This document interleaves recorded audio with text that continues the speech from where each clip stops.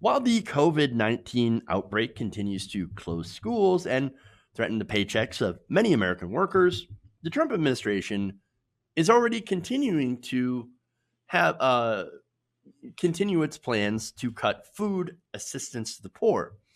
So now, Sonny Perdue, head of the U.S. Department of Agriculture, recently told lawmakers during the Appropriations Subcommittee hearing that the Trump administration, uh, their plans to basically institute work requirements on uh, people who are getting food stamps, that is supposed to start April 1st.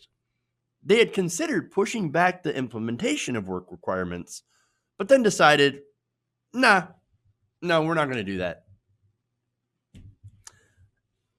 Now, that means starting first, April 1st, people without a disability or children must work 20 hours a week to qualify for food assistance. Now, here's the thing: the economy is contracting. It's the stock market has lost a whole lot. We're actually in a bear market now, and because of COVID-19, people have been laid off from hotels, airlines, restaurants, cruise lines. These are industries that are very dependent on people traveling. But the CDC right now is urging people to stay home, to avoid crowds, to do basically social distancing, is what it is. And so, because of that, and because of a lot of the panic, you got a lot of industries that are being crushed, right? A lot of industries that rely on people that work minimum wages, basically, right? And so now the problem is that a lot of these people generally can't really afford to buy food on their own, and are on food stamps, but they're also working. Well, now they lose their jobs, but with these work requirements, they still will not be able to get their food assistance at all. And so we're just letting people starve. Oh, great. Awesome. Now, I mean, if you can't work, you don't get a paycheck, and now you can't even get anything, and that's just unbelievably cruel, unbelievably cruel. Um, I know the argument from conservatives has been for putting these work requirements in. You shouldn't have to get food assistance because the economy's great. Just go get a job or get a second job. I mean, now our economy is in a bit of a free fall, and people are getting laid off. And yet, conservatives are saying, well, you still should have to work to get food assistance. Go out and find a job. But wait, everybody's getting laid off. What's going on here? I mean, it's another punch to the gut for poor Americans, right? The ones that are most vulnerable to COVID-19, the ones that most likely don't even have health insurance to begin with and can't afford a $400 emergency. Now, the White House originally had projected that about 700,000 people would lose their eligibility to SNAP. However, Lauren Bauer, a fellow with the Brookings Institution, who filed access to information requests for figures from all 50 states, has now projected the number of people losing assistance would be around 1.3 to 1.5 million. That's before COVID-19, right? Uh, she then later on added, well, now that number is going to be much, much higher thanks to that outbreak. Because again, there are people that are not going to be able to fulfill those work requirements because now a lot of the service sector jobs that had opened up under Donald Trump, and that's what fueled the low unemployment rate for quite some time. A majority of those jobs being created just being low wage service sector jobs that pay, somewhere around an average of $18,000 a year. Well, now those are being either temporarily closed, people are getting laid off, or without, many without paid leave, because you don't get paid leave from a lot of those jobs. Well, now they're losing their food stamps. Great. Great. So, yeah, this is what's going on. Now, Bauer added that it's going to cause harm to both the people who are eligible for SNAP, but it's also going to cause harm for the economy. And again, it's because our economy is based on consumer spending. And so if people don't have money for the basics, for food, then they can't spend that money at stores. And so on and on and on. This is look, this is a snowball that's rolled downhill. And look, it really does show the weaknesses of our system, right?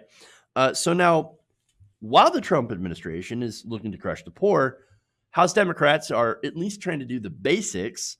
They're pushing for an emergency package that would waive these work requirements for SNAP, expand nutrition assistance, and other measures.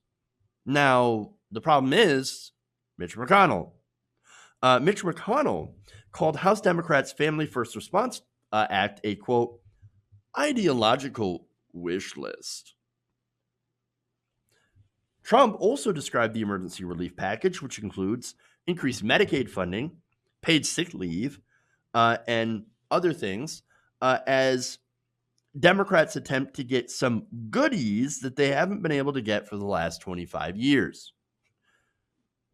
The bill, by the way, let me explain what's in this more in detail, right? It would require private health insurance to cover virus testing without copays and to eliminate fees for patients covered by Medicare, Medicaid, Children's Health Insurance Program, and the Indian Health Service.